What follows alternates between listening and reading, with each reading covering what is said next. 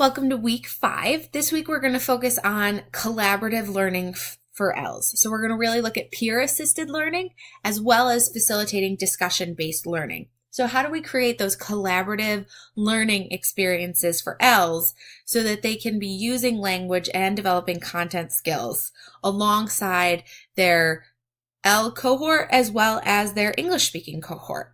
So these are two different ways to facilitate that. They're not the only ways, but they're two great ways to do so. So we're going to read chapter 27 in our course text. We're also going to read 3 chapters in the conclusion from the Fisher, Frey, and Rothenberg text. I have the other chapters of this text scanned. If you find that this is something that really interests you, it focuses on discussion-based. We're going to read a quick article on peer-assisted learning, and then Colombo has a lot of different strategies. You only need to read strategies 4 and 7. So please note that you can skip strategies 5 and 6. Cut down on the readings a little bit for this week. So then complete your week 5 reading reflection, and then your bibliography and webliography is due to the discussion board at the end of this week. Let me know if you have any questions. Thanks.